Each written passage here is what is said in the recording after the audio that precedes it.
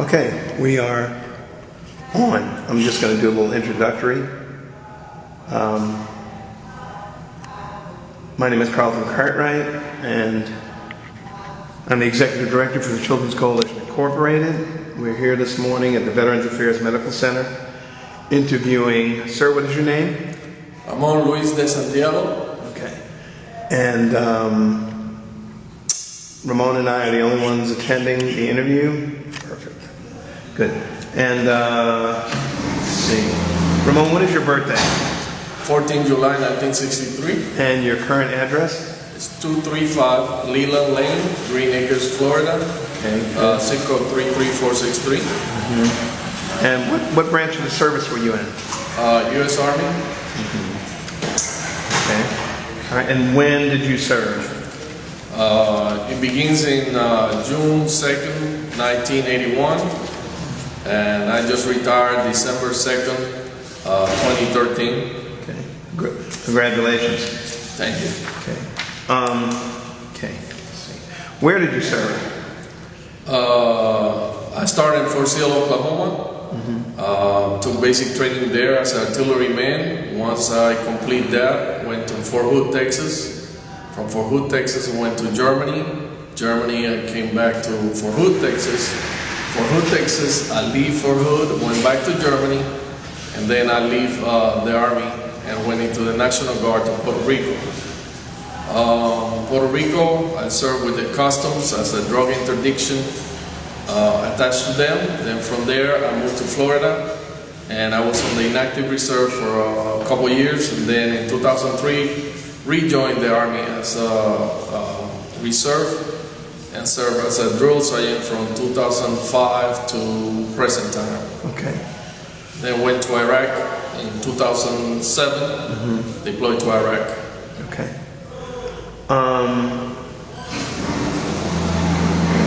Where were you when you enlisted? Did you enlist or were you drafted? No, I was enlisted in Puerto Rico. Okay. All right. And what were you doing at the time before you came into service? I was a student. I was on a vocational high school in Puerto Rico. At the time, I thought that really the job market was kind of down, so I decided to go into the Army and learn some English and see what happened. Okay. Okay. Okay. That'll work. Let me see. Looks like a little off kilter here. And put this up. Yeah. Okay. That should do it. A little better. Okay. So anyway,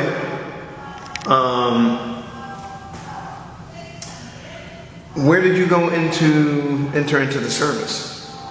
It was on San Juan, Puerto Rico, and the maps in San Juan.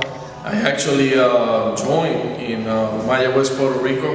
Right. I was a recruiter there by last name Crespo. And I passed one day by the office, and he just invited me in and started a friendship, and from there I just got enlisted. Got a what? Enlisted into the Army. Oh, okay. All right. So where did you go to basic training? Fort Sill, Oklahoma. Fort Sill, Oklahoma. Okay. Yeah. How long were you there? I was there from June until October 1981. Okay. Okay. And what was it like? 3 months?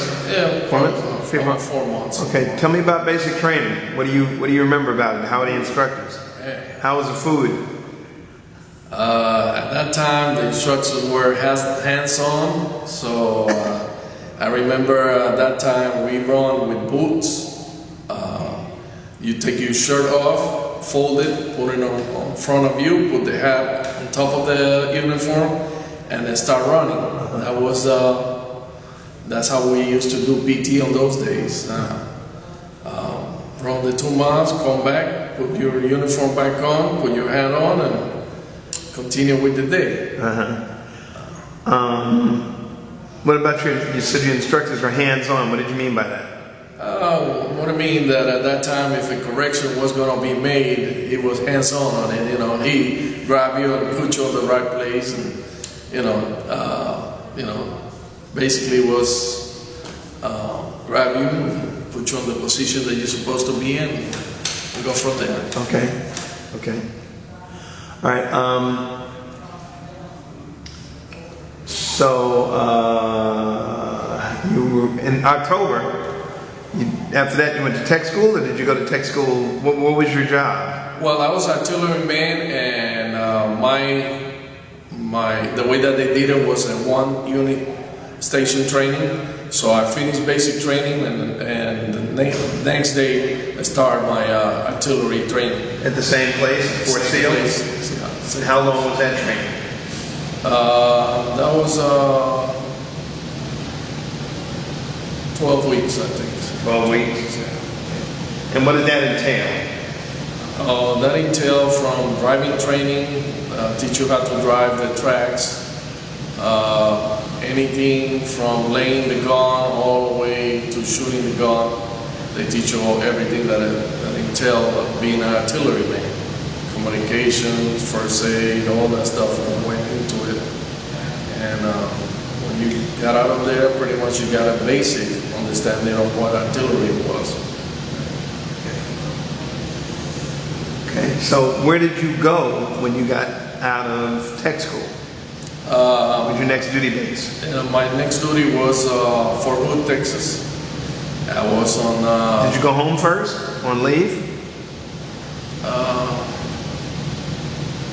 I think briefly I went maybe like about a week or something like that. To Puerto Rico? To Puerto Rico, okay. Yeah. All right. And then after that went straight to Fort Hood, Texas. Okay. And how long were you stationed there? Fort Hood I was for 2 years. I was on a unit that was named the National Firing Battery of Texas. It was First 82nd Field Artillery, and they used to be called the Dragons. There I learned pretty much everything that it was to do with the 155 millimeter 109 track vehicle, and we it's a howitzer, self-propelled, and from there you just run through all the different stations. When I left there, I was a specialist 4, and by that time I was a gunner when I left there. All right. So what was it like being in Texas?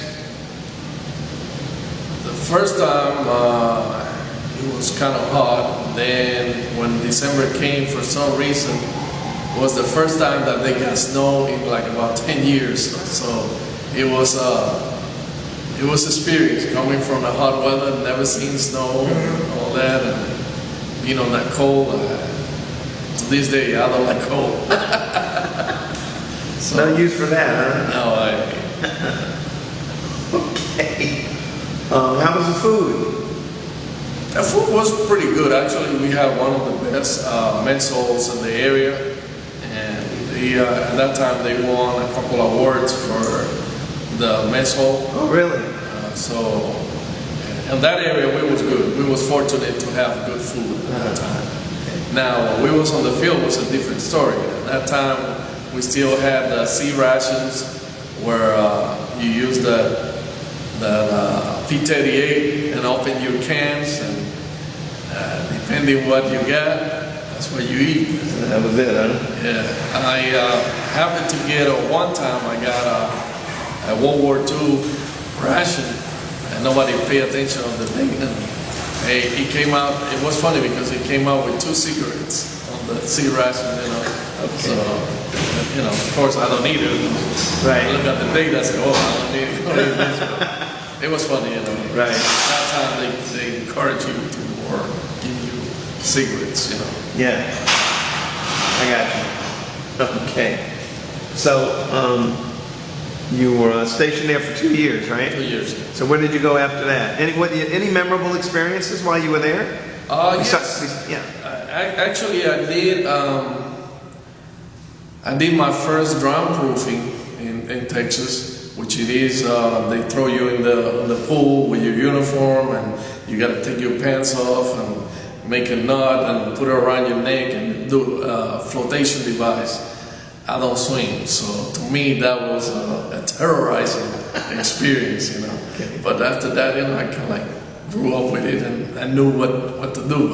But the first time, oh my God, it was. Can you swim now? No, I still can't swim, so you know, hey, water on me, only on the shower. Okay. I got you. Okay. All right. So where'd you go after Texas? After Texas, I went to Germany, and I was on a little place called Schwamstadt-Treisen, and that place is, at that time was a detachment, and what we did was we was inside a German concern, a German complex, Right. and everything was provided by the Germans. We don't have no vehicles. We had nothing. The only thing that we had was our weapons, M16. That was it. And your uniform. Your uniforms. Right. Everything else was provided by the Germans. And then we did surveillance and safeguard the nuclear weapons at that time. Okay. All right.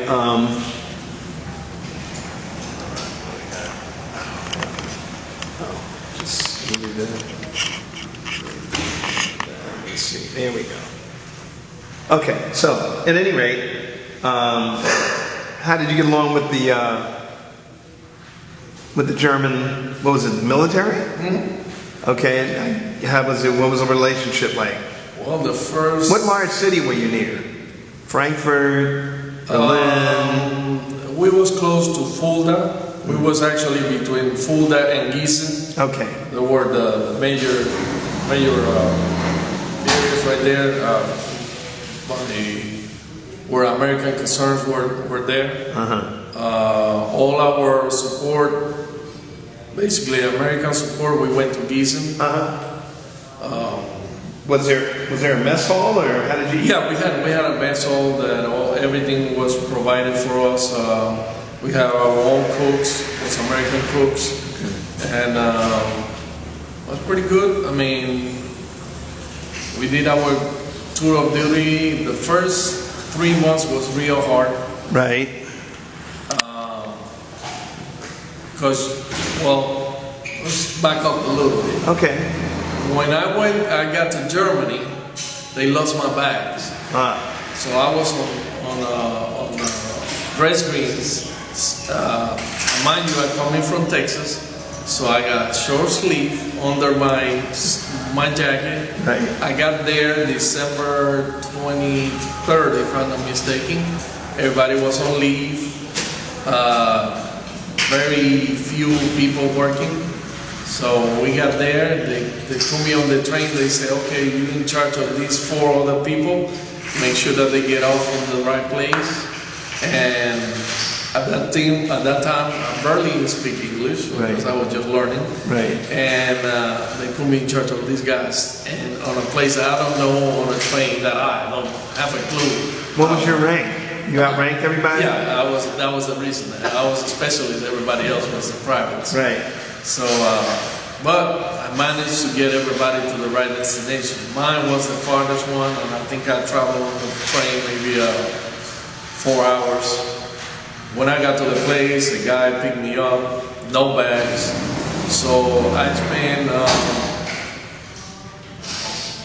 about 3 months with only my uniform and a quarter on my pocket. They messed up my pay, lost everything, even my paperwork, everything got lost, so they cannot process me, nothing happened.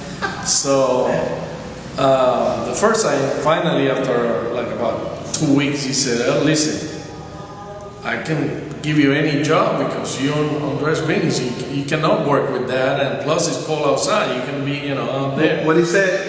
He can't give you any job because of what? Because I'm on the dress green uniform. The dress green is not a working uniform, Right. So he said, we got to do something about this. So he said, go to the guys, see if somebody can loan you pants and the other one a shirt and whatever, and come up with a full uniform.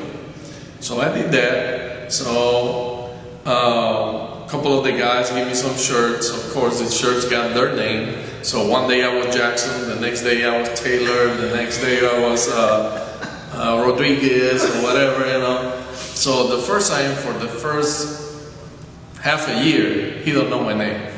So he called me whatever he see, and you know, and so it was kind of fun. But finally, they got my uniforms and they sent it back to me. And You get your luggage? yeah, they finally found it like 4 months after, or whatever it was, 3 months after. So then, you know, at that time, he keep calling me the other names, Jackson, whatever. So he never could get it right, even with my uniform on. So finally, he called me the Rican. So, you know, because I was Puerto Rican, so he called me the Rican. So the Rican I was. You know. So it was, I mean, it was interesting there. While I was there, I stayed 3 years. I met a German lady there. I got married in Germany. Stayed 3 years, and then after that, I got sent to Fort Hood, Texas again. When I got to Fort Hood, Texas, and I was in processing, I found my old sergeant major, and he asked me, "Hey, where you going?" I said, "Well, I don't know yet. I'm here in processing. I don't know where they're gonna send me." So he took my papers, and he said, "You going with me back to the Dragons?" So it was back to first CAF, first 82nd. Where? And Fort Hood, Texas. Back to Texas? Yeah, back Wow. to Texas. Okay. So he said, "Okay, you coming back with me, right back to first 82nd, first CAF Dragons." So he said, "Hey, here's the keys of my car. Drive me there. You know the way." So I used to be his driver a long time ago. So ended up being his driver for the first time I got there. Right. Then he asked me, "Hey, why you getting promoted?" I said, "Well, I did went to the board and everything. I just waiting for the ranks to be pinned on." So he said, "Oh, no problem. We're gonna take care of that." Okay. So within a couple of weeks, I pinned on sergeant. Took about one of the units, start one of the sections, being the section chief. Right. And I was a section chief for 18 months. Then when we thought that we was gonna get there and be settled or whatever, they sent me orders to send me back to Germany. So, Okay. but while I was there, I did a lot of training. Went to Fort Irwin, California, 2 times, and we trained up on the war games and stuff like that. Okay. That was some training. That desert, Mojave Desert, Yeah. is something else. I mean, it's hot during the day, and then at night it gets cold. You have to wear a field jacket. So How long did you do that? How long was the training? the training was we was there for 4 weeks. What state is the Mojave Desert in? It's California. Okay. It's Fort Irwin, California. It's up there. So Is it, where is it, in the south? I want to say that it's probably, I know it's on north of San Bernardino, so somewhere up. Yeah. It's a big hill. It's in the, Yeah, way up there. gotcha. So we did that training, came back to Fort Hood, Texas, and when I came back, that was 18 months, and then they said, "Oh, you're going to Germany." So that time, they sent me to a place called Hanau in Germany, and then I switched from 155 millimeter round to the 8-inch, which is the big king of battle, that they call it. Right. It's The king of what? king of battle. Because Of battle? Yeah, because it's the biggest round that you got in artillery. So, Got it. so then got there. They understood by checking my records that I was a local weapon assembler. So they took me out, told me, hey, you're the section chief of the local weapon assembly team. So I did that, and I did also the regular section chief for the 8-inch self-propelled. Okay. There it was nice. I spent 3 years there.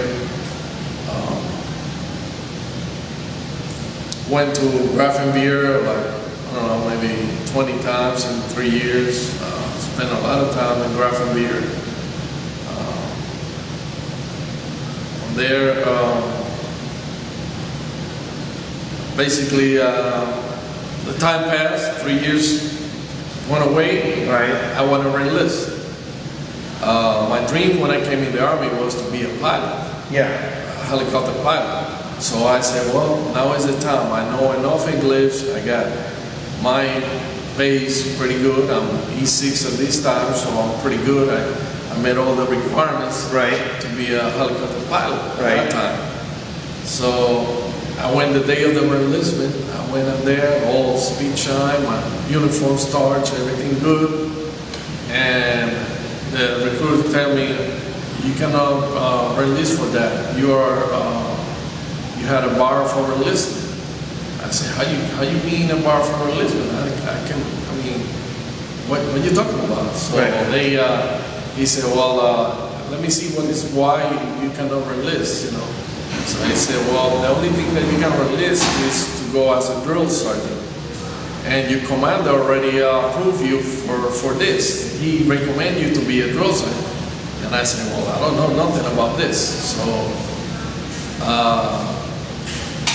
of course I got mad because now my dream going away of being a pilot.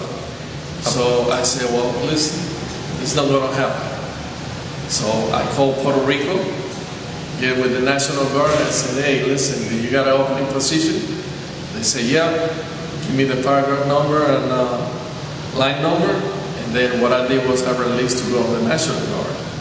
And then 10 days later, I was in Puerto Rico as a National Guard. Went in there, started as a motor NCO, in charge of the motor group. No sooner I got there, they noticed that I had training experience and all that stuff, and I speak pretty good English and all that, so they said, we're gonna take you to the training section. So then I became the training NCO. Okay. And then I was there for 2 years. I trained in NCO. At the same time, they need somebody to volunteer for an assignment with the customs. Yeah. Doing drug interdiction, so I volunteered for it. Okay. And so I was doing drug interdiction during the week, and the days that I had to do drill, I was in National Guard. So I did both for 2 years. Okay. On the custom side of the area, we did drug interdiction. We got a couple boats that were full of drugs. And, it was interesting, to say the least. Gotcha. Then from there, I moved to Florida. When I moved to Florida, I was looking for a unit, but the problem was, since I was a high rank, E6, the unit don't want to give up the next position. So I ended up not finding a unit, and I decided to go in the IRR, Individual Ready Reserve. What was the name of that again? Individual Ready Reserve. And then on that, I spent, I think, 3 years, and they give me a discharge. And then in 2003, I was on a dinner with my wife, and right beside me was a recruiter.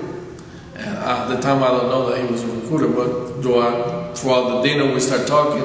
He said, "Oh yeah, I'm a recruiter from the Army, whatever." I said, "Oh man, it's such a waste that I have like almost 12 years, and pretty much I throw it away because, you know, I'm doing nothing with that right now." So he said, "Well," and then the other thing I thought it was, I'm I'm already past the age. So he said, oh, what is your age? I said, well, at the time I think I was 30 something, 36 or something like that. He said, well, what you got to do is, how many years of active duty you have? And I said, well, I have 9. He said, well, you deduct those 9 from your age, and if you go below the age requirement, you're good to go. You come back in. So I said, oh, okay. So we talked about it, and he said, you meet the requirements. Why you don't come to my office? And this was Saturday, so he said, come on Wednesday. And we talked about it. He said, well, I want to give you the ASVAB again because yours has been over 10 years. And I said, oh, no problem, but give me a couple of days so I can study.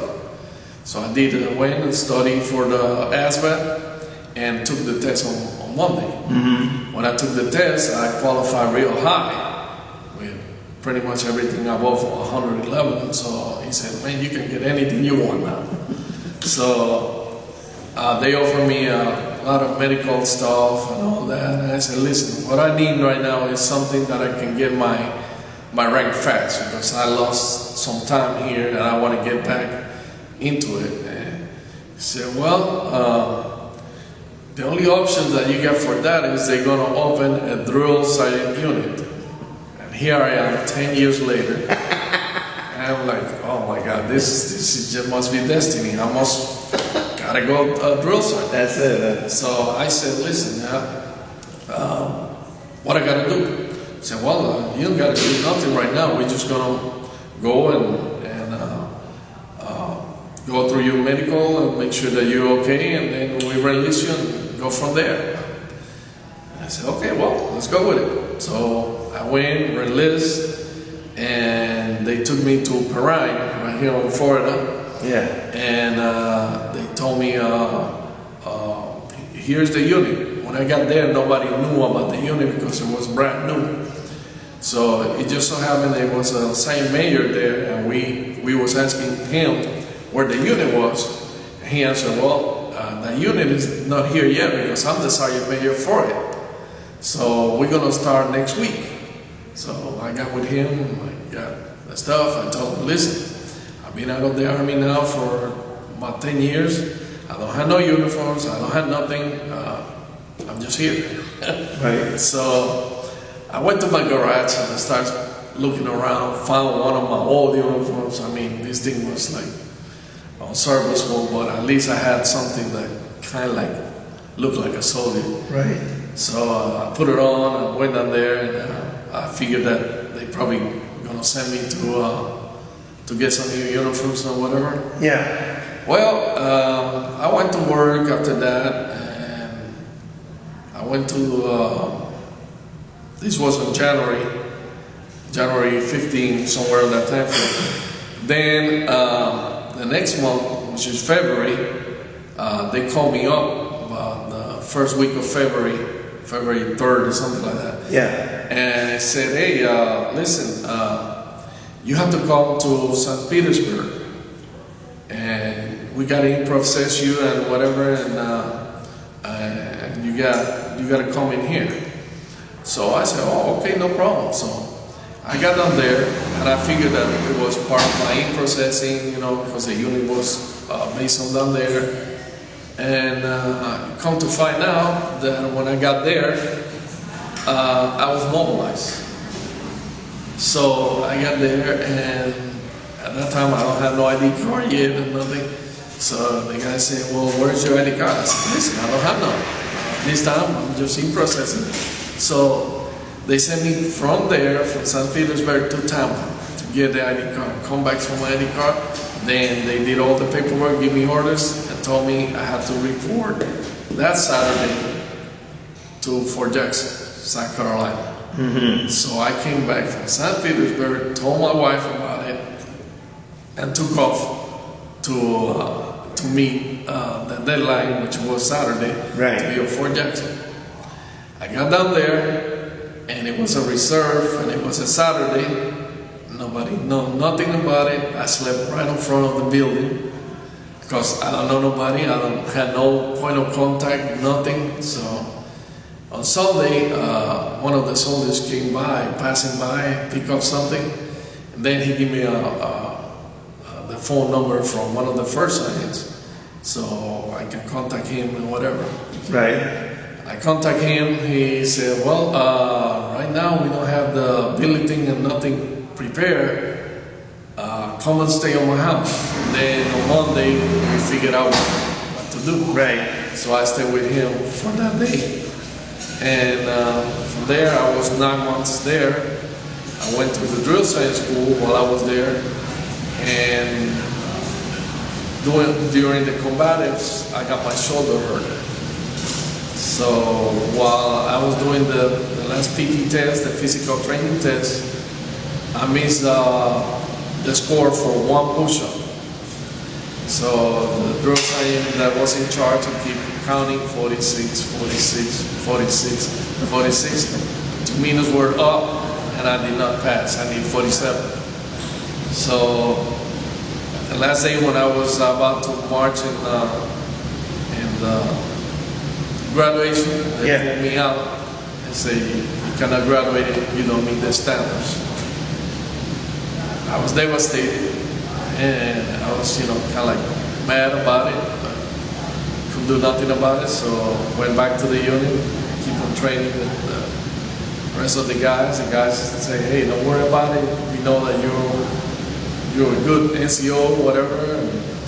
And sometimes it's not on the right time. Right. So then we kept training there, and then. September, they say, "Okay, we're gonna send you home." So they deactivate all of us and send us home. So we spent 9 months in mobilization time. Came home. When I got here, the commander called me and said, "Hey, listen, you got drilled this weekend. Can you come in?" And I said, "Yeah, I just got here, but I go to the drill." When I got to the drill, I got told that I was selected to go to Iraq. So, and that the train-off was going to start. So when that happened, we start training to go to Iraq. And on 2005, between the train-off for going to Iraq and everything, I went to the school again for drill sergeant. This time I made the school, I passed the school and everything, and I graduated in January 2005 as a drill sergeant. By then, they was already building up to go to Iraq. So in 2006, they sent us to Fort Riley, Kansas, to do the actual train-up before deployment. We was there from September, if I'm not mistaken, September 2006 to December 2006. And they give us, it was 1 week on break and send us home. They said send us home. I came in here, have my wife. At that time, I was separated from my other wife, so I got divorced and everything, and then I was seeing somebody else, and then I said, "Well, I'm going to war. I don't know what's going to happen to me." And I asked her, "Do you want to marry?" And she said, "Okay, yeah, let's marry." So I married and bought a house with no money down. By the grace of God, I don't know how I did it, but I got a house. I got married. Everything in 1 week. Got all the paperwork for her. 1 week. Then went to Fort Riley, and then from Fort Riley went to Iraq. Went to Kuwait, landed in Kuwait. We did the train up again, 1 week of training, get all the paperwork, all the required items and whatever. And then by January 3rd, we was on Iraq. Okay. Actually Iraq. And we got there, it was nighttime, and they placed us on these areas, a holding area. We was there for like 2 days or 3 days, and then from there we went to where we was gonna be our station. We got there, we met the guys that, oh, by the way, we flew at night on a helicopter, a Chinook. And when we was about to land, I heard noises, you know, and I said, man, that sounds like fire. You know, that sounds like weapon fire, you know? So, but since we got so much stuff, we can really see out. But next thing we know, the gunner that is on the helicopter start firing. So here we are, the first day we get to Iraq, and the fire already started. Yeah. So he sprayed around, and you know they did a 360, clear the area, and then he landed. And of course we was all scared because you know it's nighttime. We can see where we landing, where we at. They dump all the bags and everything, and the helicopter take off real quick. So we were like, wow, now what? So they had some guys that was gonna pick us up. We got there, it was muddy and everything because it had rained that day. They took us. When they took us to our place, he said, well, here's where you guys gonna stay tonight, and then tomorrow morning we get with you guys and show you around and brief you what's going on and what you're gonna be doing. So next morning came up, probably like about 3 hours later. We was up, and they said, okay, we're gonna go and give you a tour of the area.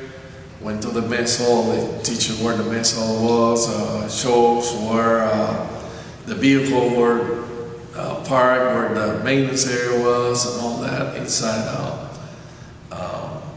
place that we find out that the name was Falcon. That's where we were staying at. Right. When we stayed there, after lunchtime, they said, oh, we're going to take you around so you see your surroundings areas and where you're going to be working. Well, we went out for like 2 hours. First thing I noticed, they was driving like bat out of hell. I mean, beating the horn, like those Humvees, maybe 35, 40 miles per hour, moving. Our team consists of 10 people and 3 Humvees. That was our unit. So that's all we got. And then what we was gonna do, our job was to train the national police. So our team was the national police transition team. That was our job. Got there, when we was coming back after 2 hours, we're getting close to the gate. Probably I would say maybe about 700 meters from the gate. It was a couple of vehicles that caught in front of us. When they caught in front of us, an ID, an explosive went off on the vehicle in front of us. Right. And it blew up the back half of the truck, and lucky the guy passed the cab and he just got a concussion, and we start firing, you know, because we was receiving fire. Start firing and help him out, get him out of the cab, and then you know, the other unit come around and help us out with the firefight. Right. So everything was done, maybe, I don't know, 5 minutes, 10 minutes. Everything was back to normal. We towed the vehicle inside the compound, which was like, I say maybe 500 meters, 700 meters from the entrance. Went in there, and then we had to do a exit interview. And the significant act that had happened. So everybody was like, oh my God, this is the first day we got here. We already got shot. We got blown up. What is this year gonna be like?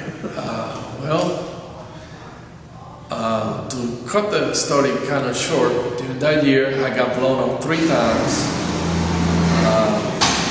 Those 3 times, one was an RPG, a rocket propelled grenade. Was shot at me. I saw it coming. It looked like when you throw a football, you know, it had that spur. Yeah. So I saw that. It was painted gold. So I was like, oh my God, this is it. I remember saying, oh, shh. And when it said, shh, that thing went off. And lucky it was a concrete barrier right beside my vehicle. Right.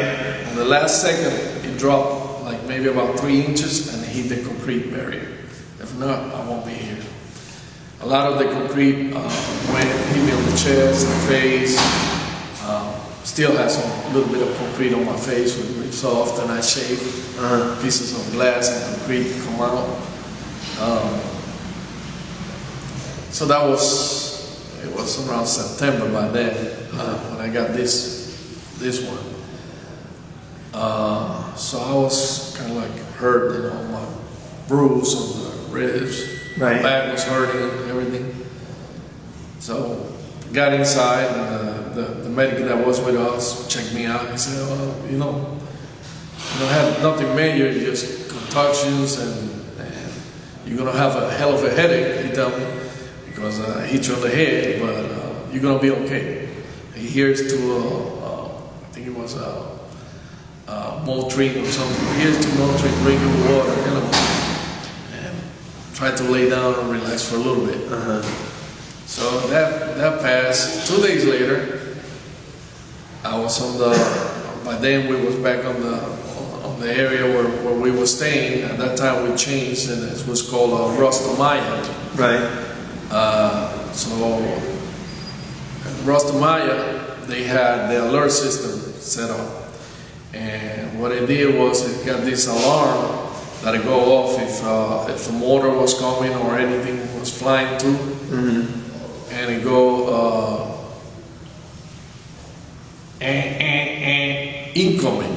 Right. So anytime that you heard that, you start running to the bunkers, you know. And right beside where we were staying was we were staying on a building that was made out of corrugated zinc, you know.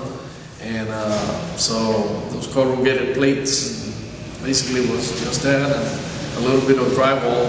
That was it.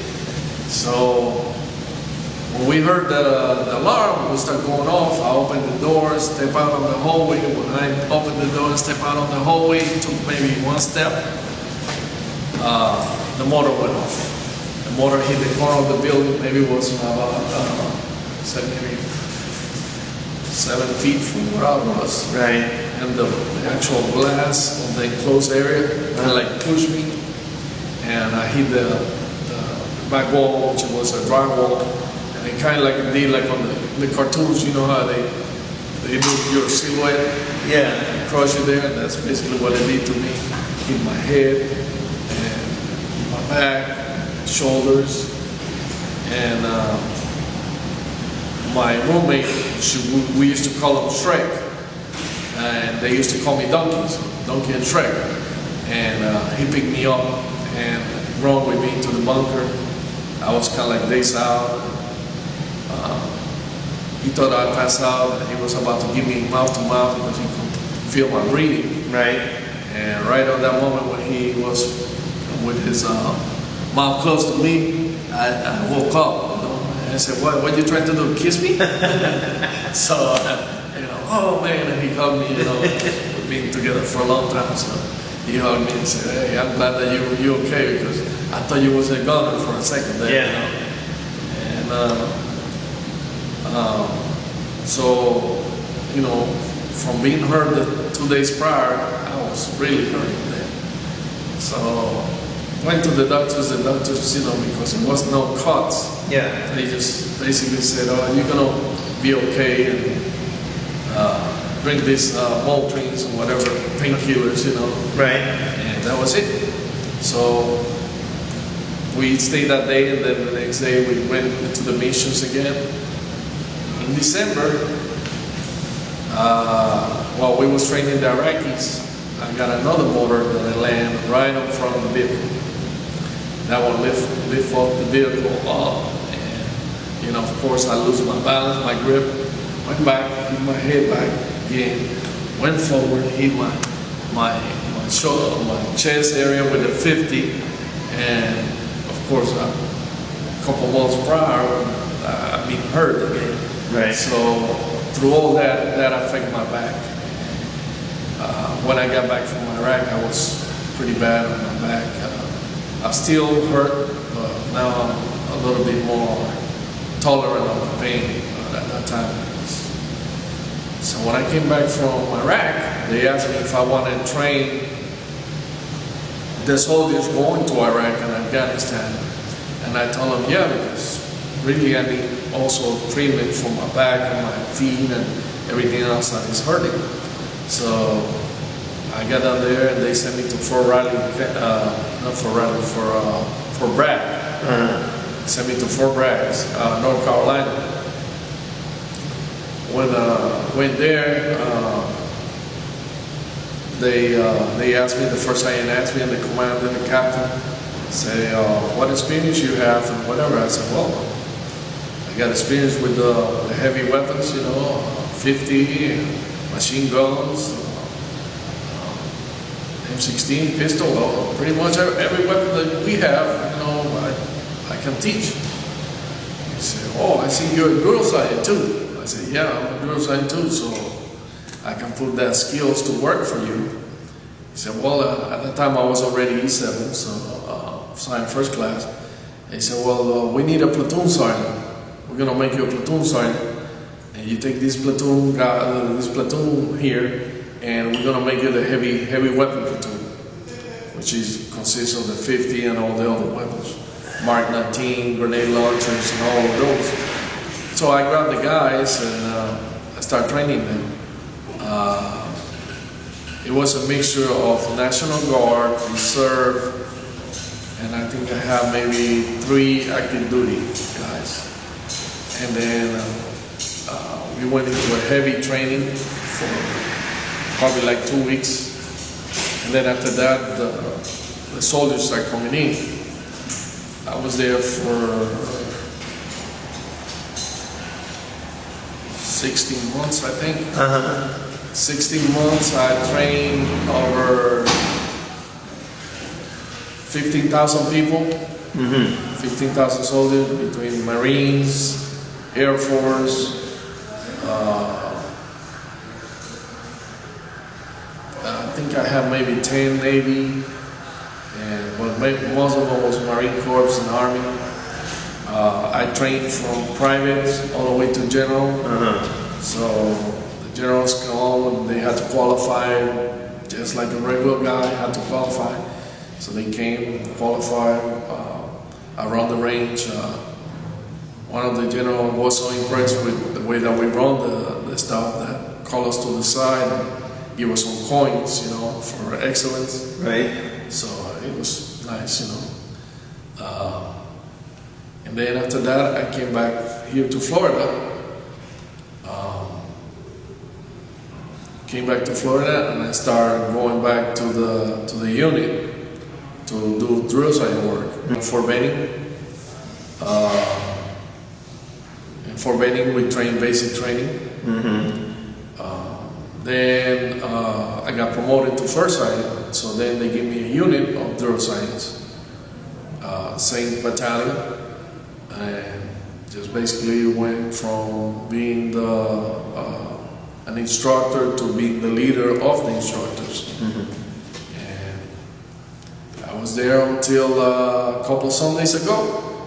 December 2nd was my last act as a drill sergeant and as a first sergeant in the Army.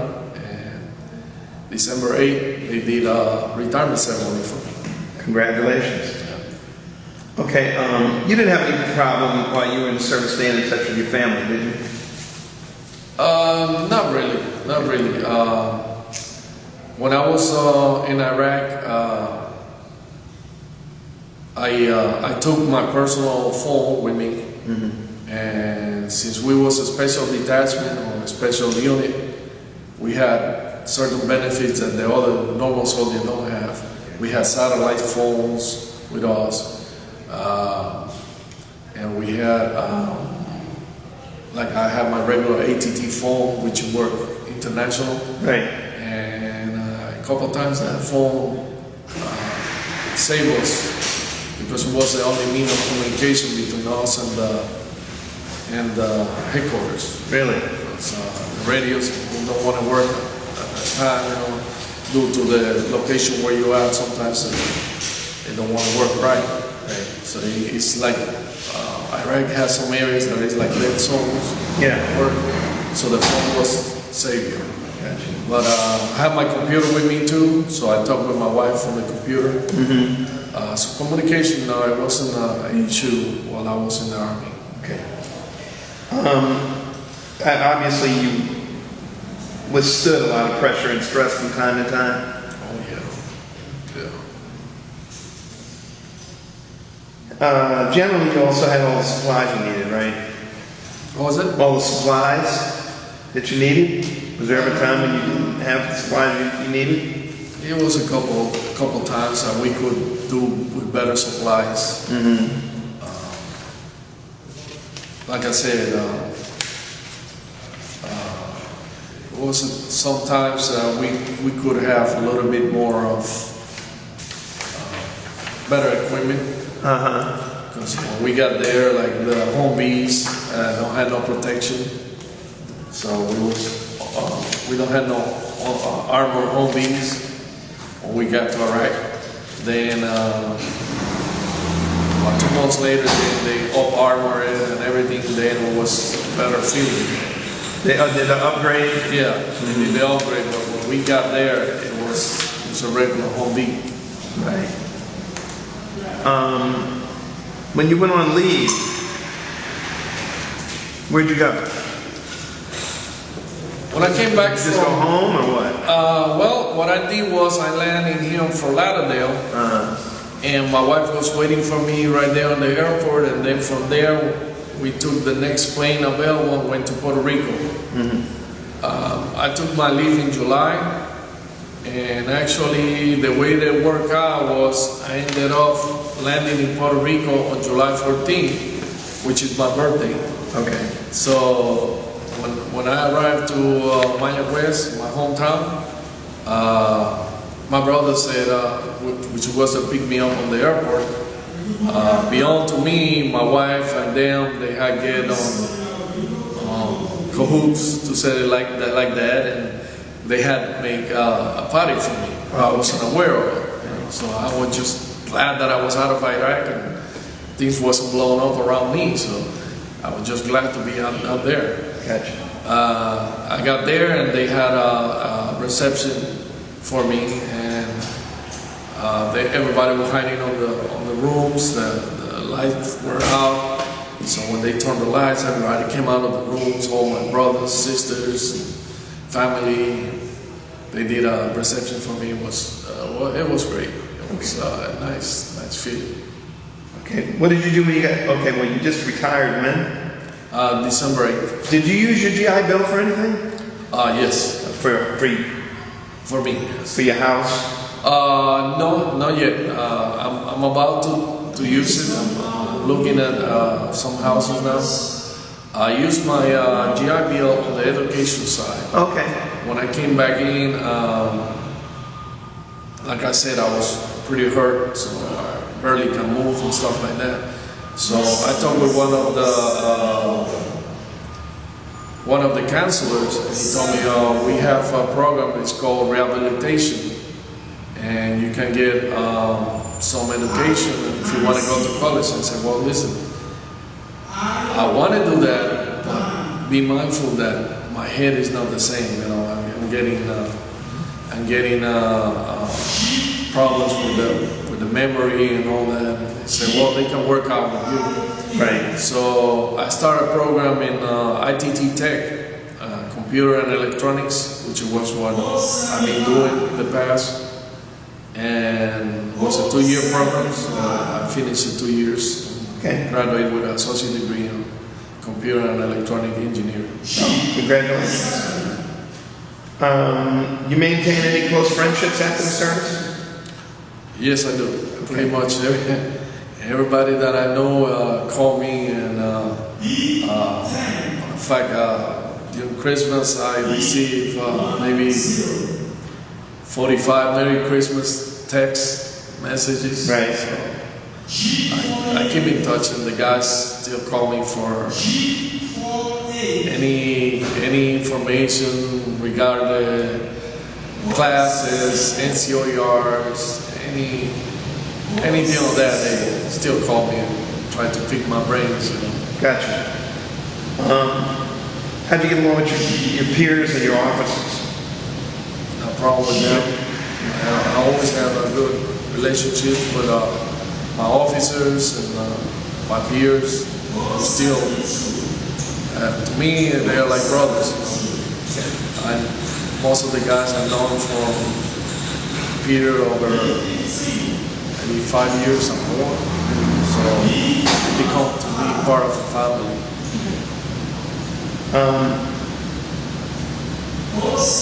And we get just a couple more questions.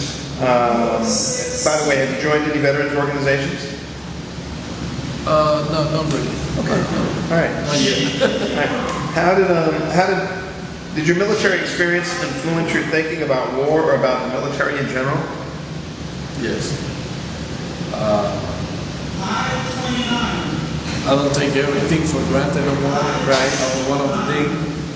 Plus, I noticed that as a veteran, once you get out of the army, it seems like nobody want to help you.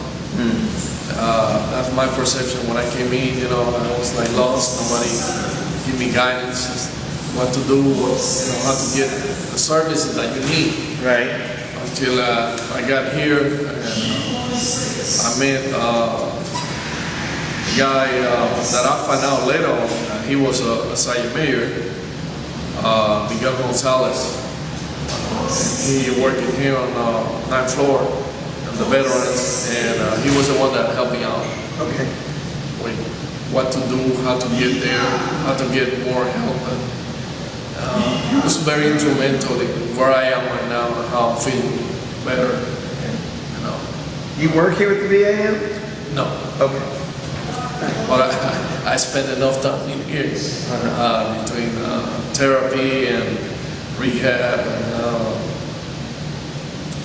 all the physical therapy that I do. Right. It's pretty much, I come every Wednesday. I meet the group for PTSD here, and all the other appointments that I have. So. I take it there were a lot of casualties in your unit? In our brigade, we only have 2 guys that we lost. But on the national police, the Iraqi police that we was with, we did lost probably about 30 people. I still get nightmares about it. One of the reasons was I become a friend of this guy. Maybe it was about 34, 35, and he was a pretty good guy. That he had a positive look into life or whatever. He said, I want to be like the American soldiers. And I said, well, we can teach you a little bit about it, joking about it. And so I don't know how, but he got some black boots. We know that we don't use no more black boots. Right. He wanted the black boots. And he said, he asked me if I can teach him how to speed shine boots, How to do what? Speed shine, make it real shiny like Right. we do. Yeah. I said, yeah, I'm real good at that. So I took him with me and on the weekend, and I brought it back to him already speed shine, real nice. And I taught him how to keep it like that. Right. So this time came, and then they drove a dump truck full of manure and some other stuff mixed with it and explosives, and they drove it to the checkpoint. Yeah. He happened to be on the checkpoint that day, and at that time they blew up. They blew up the truck. That time they probably killed like 15 people. And when we got there, we had just dropped some water and some supplies for them. And we moved from that checkpoint to the next checkpoint, which was probably about 3 miles down the way. And when we was halfway point, I saw in the mirror of my turret, I saw in the mirror like a flash. So when I saw that, I turned my turret back and I looked. At that moment, I see the cloud, mushroom, like a mushroom cloud forming. And about 3 seconds later, then you hear the boom. So that means it was, like about 400 meters and 500 meters that had gone off. So I was on the radio. I was a gunner on the 50, and I was on the radio. So I told everybody. And so when that happened, we went up there. We got there. It was nothing but body parts all over the place, and so I jumped out of my vehicle, start collecting parts, and we had a pickup truck, and we were trying to, kind of like reorganize, and we had a pickup truck from the Iraqis,